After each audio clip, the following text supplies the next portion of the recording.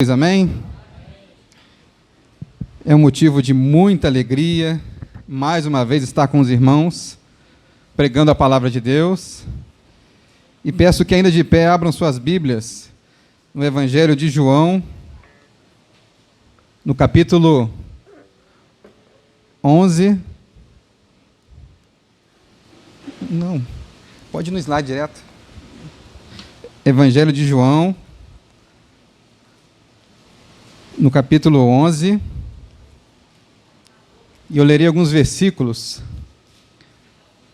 que serão projetados na tela ali. O tema da mensagem dessa noite é da morte para a vida. Da morte para a vida. Quem achou diz amém. Como um antigo costume que a gente sempre falava, né? Quem não achou misericórdia, mas o texto será projetado para os irmãos. Estava enfermo Lázaro, de Betânia, da aldeia de Maria e de sua irmã Marta. Esta Maria, cujo irmão Lázaro estava enfermo, era a mesma que ungiu com bálsamo o Senhor e lhe enxugou os pés com seus cabelos. Mandaram, pois, as irmãs de Lázaro dizer a Jesus: Senhor, está enfermo a quem amas. Ao receber a notícia, disse Jesus: esta enfermidade não é para a morte, e sim para a glória de Deus, a fim de que o Filho de Deus seja por ela glorificado. Ora, amava Jesus a Marta e a sua irmã e a Lázaro.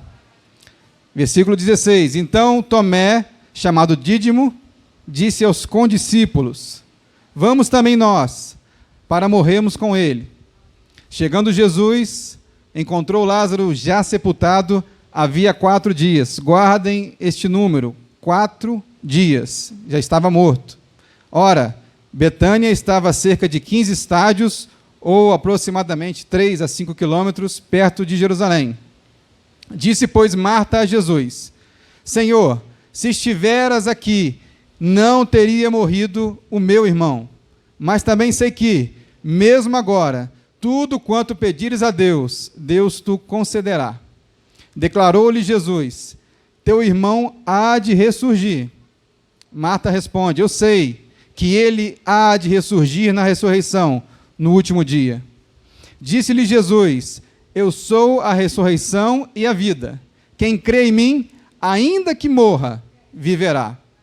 E todo o que vive e crê em mim, não morrerá eternamente.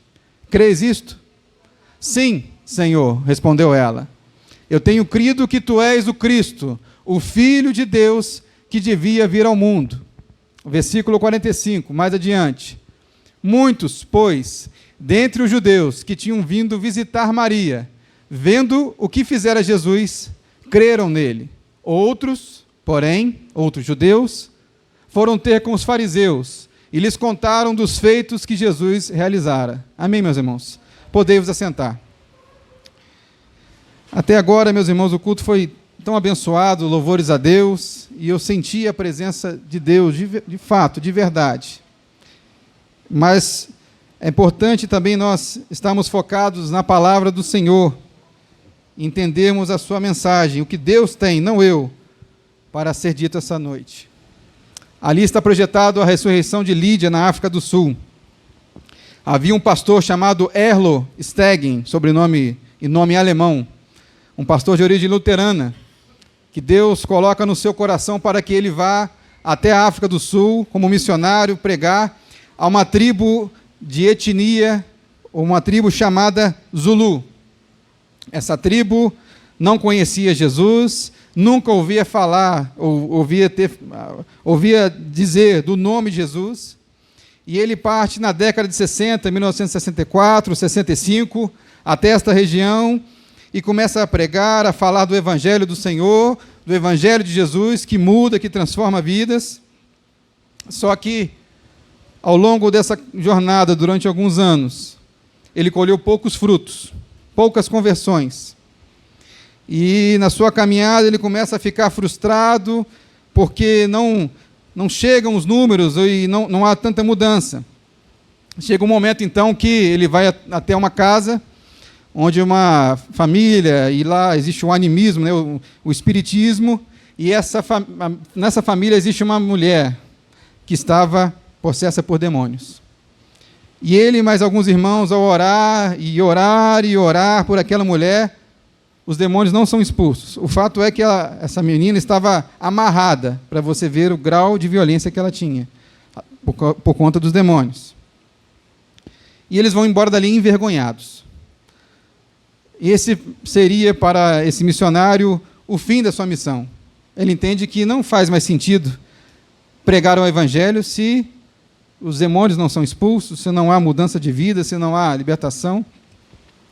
Chega um certo momento, então, que ele ouve a voz no seu ouvido, uma voz suave dizendo: você precisa buscar poder. Você precisa buscar poder. E então, ele, ao ouvir essa voz, vai até a igreja e começa a orar e começa a ler a Bíblia. E durante o grupo de estudos, eles começam a ler o livro de Atos. E ao ler o livro de Atos, uma menina recém-convertida, numa igreja pequena, de 14, 15 pessoas, começa a indagar ao Senhor: Senhor, por que o Senhor não traz este avivamento, esse Espírito, esse derramar do Espírito nessa igreja? E Deus atendeu aquela oração. Deus, na sua soberania, concede um avivamento naquele lugar. E eu creio, meus irmãos, que avivamento, o termo avivamento, é quando há uma mudança de verdade na igreja. E um dos sinais de avivamento, ou o sinal principal do avivamento, são as milhares e milhares de conversões ao Senhor Jesus. E dali em diante, Deus toca o coração daquelas pessoas, e as pessoas começam a perdoar umas às outras, começam a perdoar as suas dívidas, resolver as suas questões pessoais, e o Espírito Santo desce e traz transformação naquele lugar. Ao ponto cerca de 10 anos depois, uma tenda com cerca de 10 mil pessoas estarem louvando a Deus em espírito e em verdade. Você vê a obra do Espírito Santo. Curas começam a ser realizadas, e tudo sendo feito para a glória de Deus. Feiticeiros e animistas são convertidos, e o fato interessante é que nessa igreja, o pastor não vai até as pessoas. As pessoas vêm até a igreja e falam: eu preciso desse Jesus. 100, 200 pessoas. Na igreja luterana existe o costume de se confessar para o pastor. E ele relata que na Alemanha acabava o culto, quem queria se confessar? 1, 2, 3 pessoas. E chega lá, tem que fazer uma fila quilométrica de 200, 500, 1000 pessoas querendo confessar os seus pecados e render a sua vida a Jesus. E chega um momento da caminhada que essa menina chamada Lídia, uma serva do Senhor, uma coluna na igreja, uma menina que se dedicava o seu tempo, o seu amor à palavra de Deus e à igreja, uma serva do Senhor autêntica. Ela então começa repentinamente a ter vômitos e passar mal, e ela não consegue mais digerir a comida e tem aquela dificuldade. Então ela é levada ao hospital, e ao ser levada a este hospital, um médico diz que seria hepatite A, outros diz outro tipo de doença, mas no fim das contas essa menina morre, falece por conta desse problema. E a igreja, o pastor, as pessoas estão lá orando por ela, e a menina falece, mas Deus toca no coração daquelas pessoas para que continuem orando por aquela menina. Só que aí vale uma observação: eles não oraram para aquela menina se ressuscitar ou voltar dos mortos. Eles só oraram entendendo que seria essa a vontade do Senhor. Mas Deus também concede essa bênção, e essa menina é ressurreta depois de 15 a 16 horas, morta, considerada morta pelos médicos. Eu creio que Jesus ressuscita os mortos. Aqui foi dito que Ele é a ressurreição e a vida. E essa menina ressurgiu, voltou à vida, porque Deus tinha um propósito naquela vida. Deus tinha um propósito nela para atuar e servir a Deus naquela igreja. Deus ressuscita os mortos. Também é importante falar que hoje, por conta do avanço da medicina, existe um estudo que os médicos, os cientistas, quanto mais procuram, mais debruçam sobre essa experiência, a experiência de quase morte, menos eles entendem, porque a ciência não consegue explicar. Experiência de quase morte são pessoas que têm uma parada cardíaca e talvez uma parada cerebral, e essa pessoa é considerada morta ou fica morta durante alguns minutos, algumas pessoas até horas. E elas relatam que nesse momento de morte, elas conseguem ver um lindo céu, ver coisas diferentes, coisas sobrenaturais, nas quais ela não veria com o olho humano comum. Existe um relato de uma mulher, por exemplo, que ao ser operada de um aneurisma cerebral, ela começa, então, a ver toda a cirurgia. Ela diz para o médico, ela não sendo da área de medicina, o tipo de bisturi que foi utilizado, o tipo de conversa que o médico teve com os pacientes, e os médicos ficam abismados. Como é que essa mulher sabe disso tudo? Se ela estava de olhos fechados, considerado morta. Mas são essas experiências de quase morte que aconteceu com Lázaro, sendo que Lázaro foi experiência de morte mesmo, não foi de quase morte. E é importante nós frisarmos que o Evangelho de João é chamado também de o livro dos sinais. São sinais que Jesus mostra, que foi até estudado aqui na Escola Bíblica Dominical durante um tempo. Esses sinais revelam quem é Jesus. O Evangelho de João, ele tem a intenção de mostrar, de atestar que Jesus é Deus. Se você está aqui nessa noite e acha Jesus apenas um mestre, é uma pessoa boa que viveu na Palestina há 2000 anos atrás, você ainda não entendeu com profundidade quem é Jesus. Jesus é Deus, Deus Filho, segunda pessoa da Trindade. E eu quero que você saia dessa noite crendo nisso, que Ele tem poder porque Ele é Deus. Então você percebe que, ao longo do Evangelho de João, Jesus transforma a água em vinho, a cura do filho do centurião, a cura do paralítico, multiplicação dos pães, Jesus anda sobre o mar. Todos esses sinais, um judeu que esperava o Messias perceberia que era algo diferente, não era mais um farsante se dizendo Messias, era o próprio Messias, o Cristo, Jesus. E ele cura um cego de nascença, e ele termina com o 7º sinal, que é a ressurreição de Lázaro, texto na qual estamos falando nessa noite. E o primeiro item que eu quero trazer para os irmãos, que o texto fala e enfatiza, é a palavra morte, tanto que o título do texto é A Morte de Lázaro. Se você ler depois com calma na sua casa, você perceberá que ao longo do texto são escritas a palavra morte 10 vezes. Então perceba que é enfático ao dizer esta palavra. E nós sabemos que o dia o nosso corpo físico irá parar de funcionar. O que nós podemos dizer ou pensar sobre a morte? O que nós podemos dizer, meus irmãos? Ao pesquisar sobre essa palavra, naquele buscador mundial chamado Google, aquele elemento de pesquisa, a gente vê diversos resultados.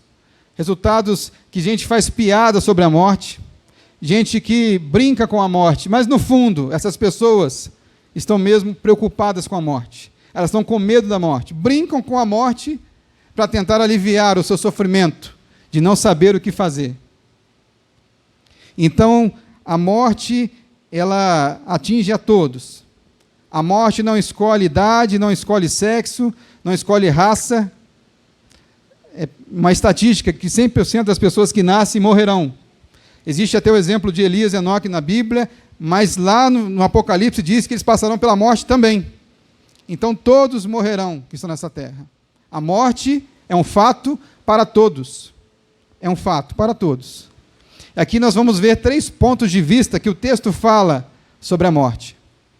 A primeira perspectiva ou visão sobre a morte é do Tomé. Ele, no versículo 16, fala sobre a morte, e ele crê que a morte chegará o quanto antes, pois se Jesus e seus discípulos estão jurados de morte em Jerusalém, trazendo a expressão para os nossos dias, para que ir a Jerusalém? Ou para que ir a Betânia? Sendo que Betânia ficava de 3 a 5 quilômetros de Jerusalém. Os discípulos percebem que, ao chegar lá, serão capturados e mortos. Se há uma determinação dos fariseus, do Sinédrio, e o próprio Império Romano está preocupado com a ascensão de Jesus, se há essa perspectiva, então é praticamente uma missão suicida você ir de encontro com aqueles romanos ou com os fariseus que queriam matar Jesus. Mas na visão de Tomé, a morte é vista como algo que acontecerá em breve. Ou seja, ele tem falta de esperança no futuro. E isso é uma realidade dos nossos dias, meus irmãos. Os dias são maus. Os dias são tristes. A morte fica mais assombrosa com uma doença que nós estamos enfrentando, que apesar da estatística dizer que é uma taxa de 95% de recuperados, 90%, 95%, e talvez menos até de 1% de pessoas que morrem, essa epidemia nos assusta. Sejamos honestos, sejamos sinceros com nós mesmos, que ela traz pavor. Trouxe mais pavor no início do ano passado, ou melhor, entre abril e maio, por conta da imprensa, que amplificou ainda mais esse pavor.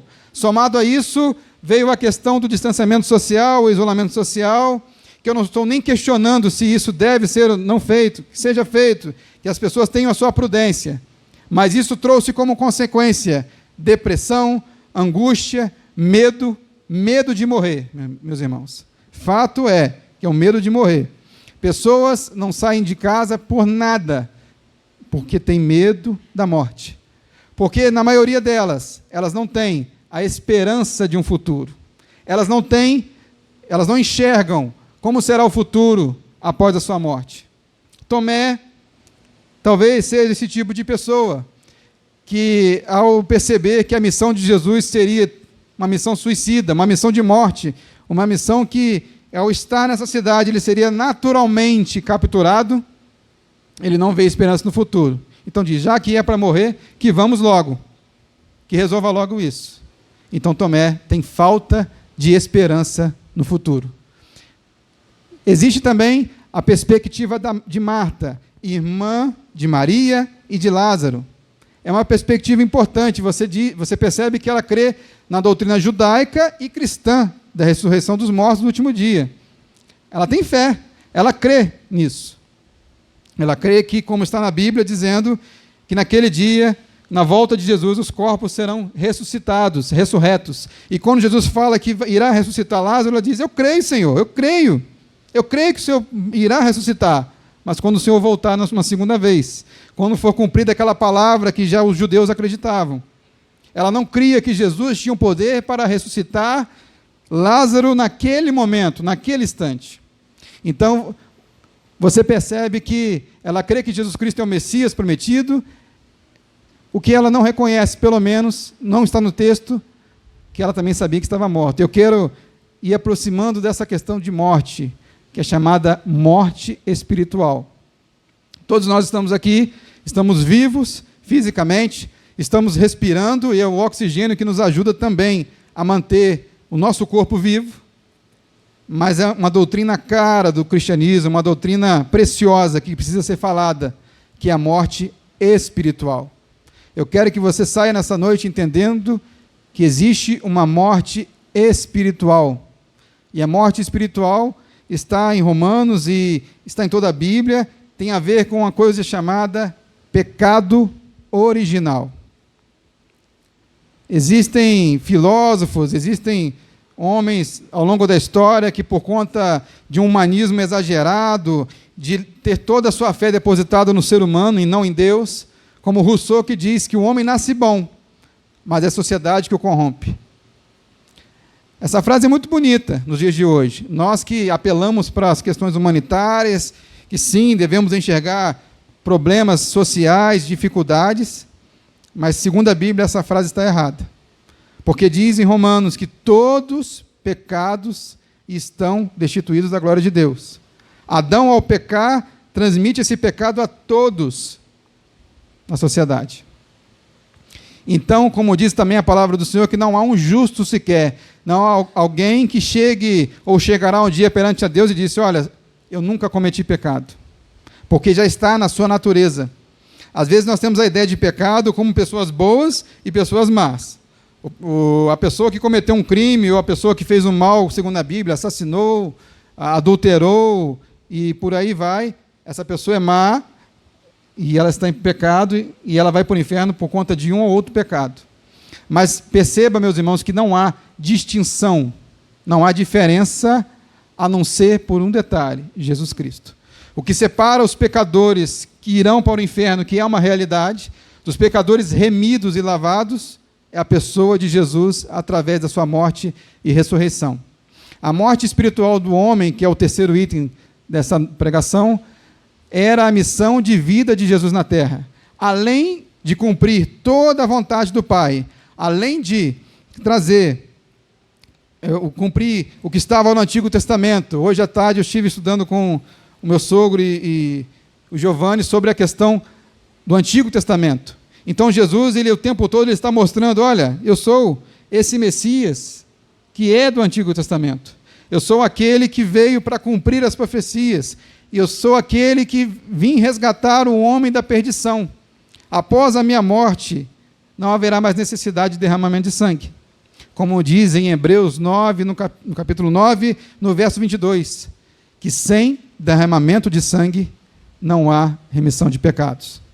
Mas graças a Deus, pela pessoa de Jesus Cristo, que morreu e ressuscitou, e agora ele sim nos traz a verdadeira, plena e última remissão dos pecados. Então Jesus vai ao encontro de Lázaro e só após 4 dias de Lázaro morto, ele tem essa intenção, é intencional. Você vê no texto que ele fala, tenham calma, não se apressem, Lázaro só está dormindo. Há um propósito de Deus na morte de Lázaro. Às vezes nós questionamos tantas dificuldades na vida e queremos entender qual é o propósito. Mas a morte de Lázaro era propósito de Deus. Era propósito de Jesus mostrar o seu 7º sinal, que ele é a ressurreição e a vida, que ele tem poder para ressuscitar os mortos. E ele diz que trazer aos mortos físicos e logo após na cruz, ele nos trará vida para com Deus, vida essa que foi separada por causa do nosso pecado. E aqui foi dito, e é bem claro, pois todos pecados e estão destituídos da glória de Deus.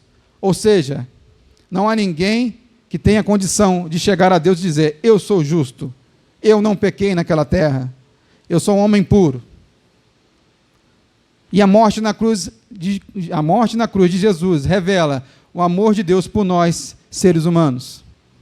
Então, que você saia nessa noite entendendo que você é pecador, mesmo você que é salvo em Jesus, você que teve uma vida transformada por Jesus, você é pecador. A diferença é que hoje o Espírito Santo na sua vida, que te convence do pecado, da justiça e do juízo, ele vai transformando o seu ser, a sua mente, o seu intelecto, e aos poucos você se torna uma nova criatura e aos poucos você vai santificando a sua vida. Glória a Deus por isso. O segundo ponto nesta noite é o amor de uma família fraternal, amor de irmão. O texto fala sobre a questão de Jesus e os irmãos amando uns aos outros. João, no capítulo 11, verso 5, diz, ora, amava Jesus a Marta e a sua irmã e a Lázaro. Meus irmãos, eu evito, é uma ideia minha de sempre evitar falar sobre mim na pregação, porque a pregação não deve refletir a minha pessoa, deve refletir a Bíblia e a pessoa de Jesus. Mas eu acho que não há exemplo melhor para explicar o amor de Jesus, o amor que ele tem por nós, sobre a doação de sangue. Apesar de poucos aqui saberem sobre essa informação, eu, graças a Deus, quando posso, de 3 em 3 meses, ou de 4 em 4 meses, eu faço uma doação de sangue. Recomendo aos que quiserem, que puderem, é um ato muito bom, o lema é doe sangue, doe vida. Isso é muito bom, isso é gratificante, você poder colaborar e ser grato a Deus por doar sangue. Não façamos isso para nos tornarmos melhores que os outros ou simplesmente para aparecer.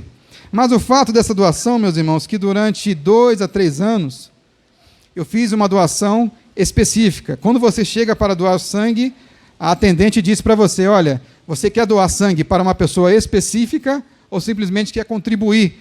Né? Você deixa o seu sangue lá e quem precisar recebe essa doação. E eu, por conta de uma amiga de infância da minha mãe, que passava por uma dificuldade física, uma doença séria, ela sempre precisava da doação de sangue, e graças a Deus, eu a cada 3 meses falava o nome dela, e ela recebia o sangue, não só meu, talvez de outras pessoas, e eu conseguia, de certa forma, do meu ponto de vista humano, manter aquela pessoa viva por mais tempo. Isso é um ato muito bonito, muito nobre. Mas, irmãos, eu tenho que dizer também que essa senhora, depois de 3 a 4 anos, ela veio a falecer.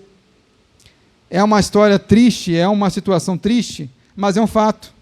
O que eu quero dizer nessa noite é que a minha doação de sangue foi útil, foi importante, e é bom você doar o sangue, mas o meu sangue não teve poder para que aquela mulher vivesse para sempre. O meu sangue não tem a capacidade de mantê-la viva o tempo todo. Chegou o momento para ela e chegará o momento para todos nós, que será a morte. A morte física virá. O meu sangue é passageiro. Foi utilizado de forma passageira na vida daquela mulher.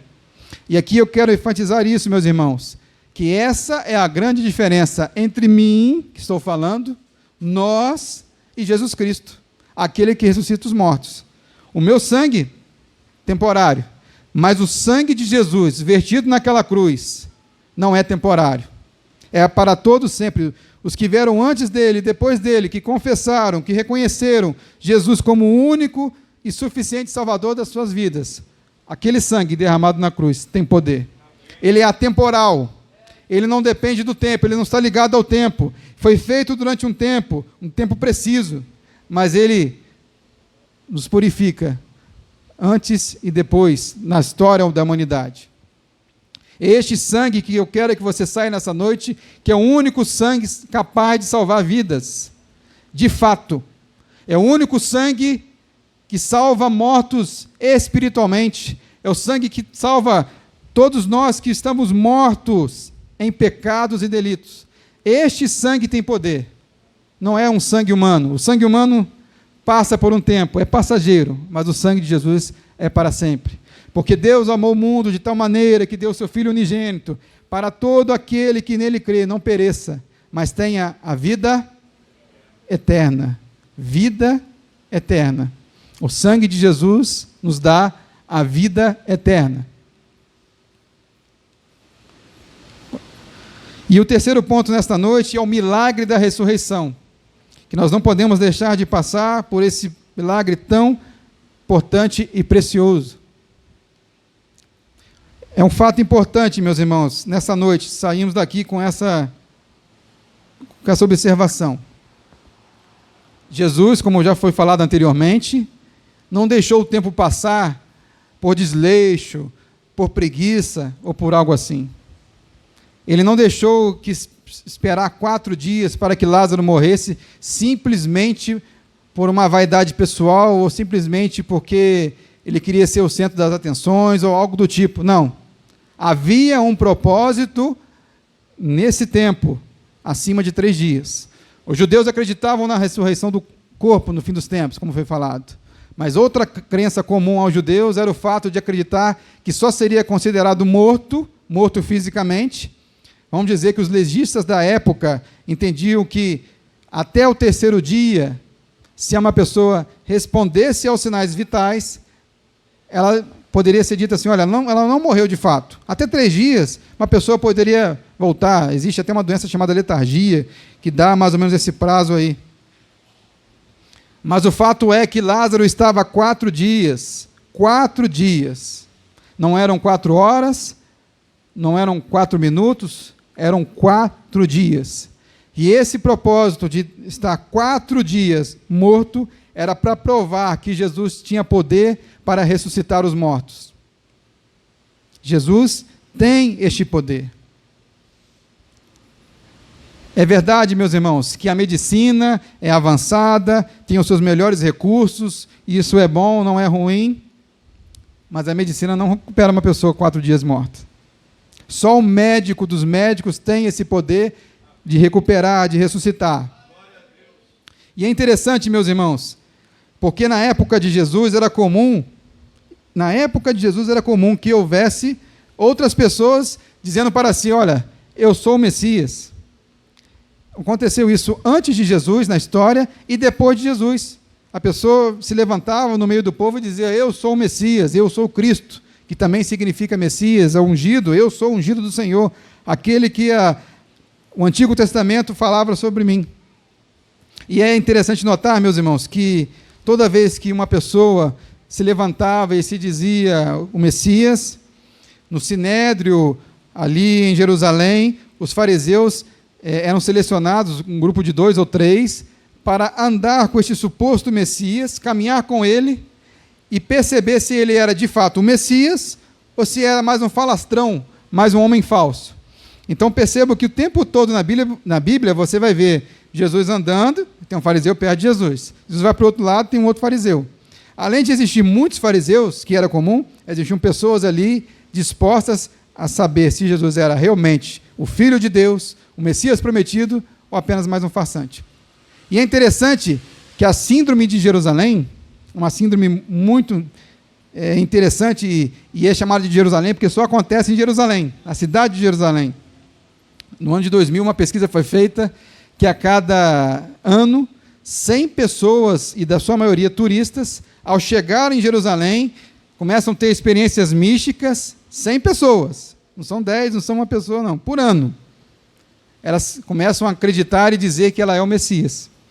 E muitas delas são internadas em hospitais psiquiátricos para tratar a chamada síndrome de Jerusalém. Então perceba que era muito comum a pessoa arrogar para si esse título de Messias. E os judeus seguiram a Jesus em todo o seu ministério. Neste e nos outros evangelhos há muitos relatos de fariseus questionando a Jesus e verificando a autenticidade de seus milagres, como foi falado aqui. Eu imagino que para alguns desses espiões, ao ver um cego de nascença enxergar, ao ver o milagre da ressurreição de Lázaro, não havia dúvida acerca do Messias. Voltando um pouquinho anterior ao texto aqui sobre a cura de um cego de nascença, cegos poderiam ser curados, poderia acontecer, os judeus diriam, aconteceu. O judeu, o fariseu, na sua incredulidade, talvez não veria um milagre no fato de ver uma cura de um cego. Agora, na tradição judaica, existia um fato que se uma pessoa de nascença fosse curada da sua doença, no caso a cegueira, essa pessoa que curou era divina, era uma divindade, era o Messias. Porque eles entendiam, na visão dos judeus, que ser cego de nascença era um pecado hereditário, era um problema dos pais, e só Deus poderia perdoar este pecado. E você vê em alguns momentos que Jesus fala, seus pecados estão perdoados. Jesus tem o poder para perdoar os seus e os nossos, e o meu e os nossos pecados. Jesus tem este poder. Então, para alguns judeus não havia mais dúvida sobre a questão do Messias. Não havia mais dúvida. Eu creio que alguns judeus desse grupo que estavam ali a investigar Jesus, chega um momento e para, olha, não tem mais jeito.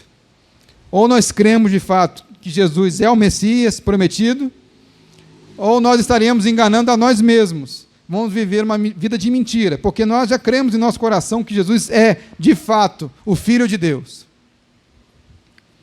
E Jesus é o Messias enviado do Pai para nos tirar da morte eterna e trazer a vida eterna com Deus. Esse texto, além de relatar uma morte e uma ressurreição física que de fato aconteceu, isso aconteceu de fato.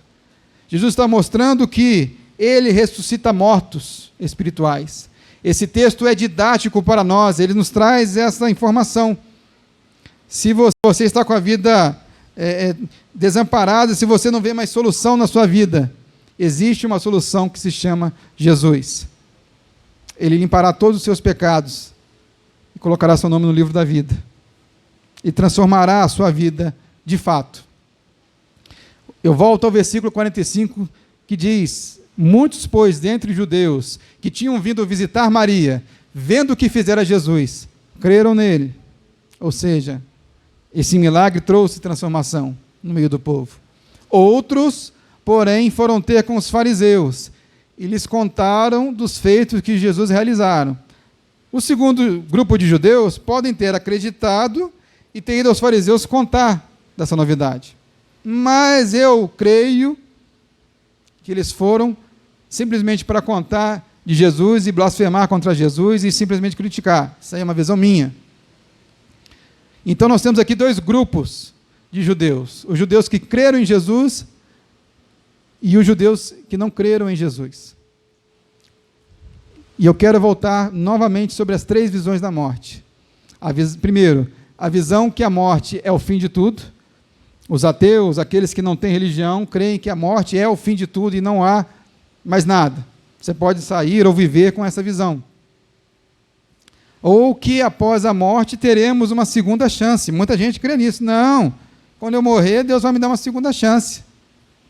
Está escrito lá em Hebreus, no capítulo 9, 27. Ao homem está destinado a morrer uma só vez. uma só vez, e depois segue-se o juízo. Então, após a morte, não tem segunda chance, não tem repescagem, não tem nada. É direto para o juízo, que é o terceiro item. Após a morte, temos o juízo de Deus, que Deus julgará toda a humanidade.